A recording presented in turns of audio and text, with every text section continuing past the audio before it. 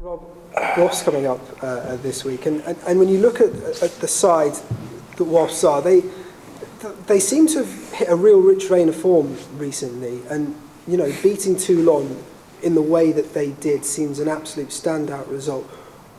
What did you learn about Wasps from seeing that game that they played against Toulon? I think the thing that stands out is that they're very comfortable with what they're trying to do. They look very happy with the rugby they're playing, and they've got multiple threats. And if you kind of make too many mistakes in the way you play, they're set up very well to capitalise on it. I think that was the tale of the Toulon game, wasn't it? Is that Wasps looked very comfortable and Toulon looked uncomfortable, and Wasps was certainly able to capitalise on, as I say, any mistakes or any errors that they made. They kicked away badly a couple of times, and Wasps latched onto it very quickly and exploited that.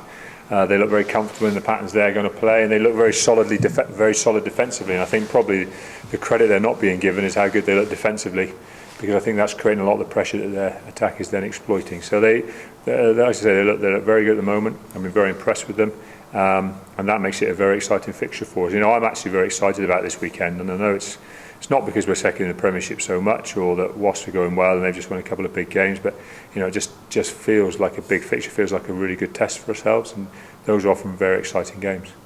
I know you often say you don't want to read too much into previous games and things like that, but looking at their results this season, they've been defeated by Harlequins and Leicester, sides that I know, okay, you've beaten them here, but the fact is you've still beaten those sides. Does that give you heart going into this game, that obviously teams that you have beaten have been able to beat them?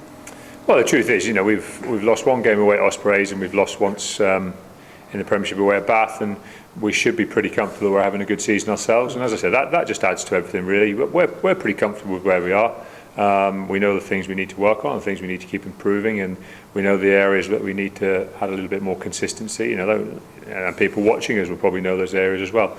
What we've got to do is get excited about this being I'm not going to say it's a one-off fixture, because there's other Premiership games, but in a lot of ways, there's another 2-week break because of the Champions Cup, and it's an opportunity for us to play against one of the teams that's likely to be up and around the top 6 and the top 4 for most of the season. That makes it a very important game. We're very excited about testing ourselves against the Wasps team up going well. We haven't won at the Rico yet. We lost there last year, and we'd like to go there and kind of show some real, extra Chiefs qualities, and see if we can create an environment that gives us the opportunity to win the game, and that's a great challenge for us. How are the form sides at the moment? You've played and beaten Leicester, you've played and beaten Harlequins, you're going to play Wasps this weekend. A victory over those 3 teams in a row in the league, does that really stamp the intent of not just a top 4 side, maybe even top 1, top 2? Well, I think at the end of the day, it's still very early in the season. We've been pleased with our results so far, but I think we've been pleased with the kind of rugby we've been playing.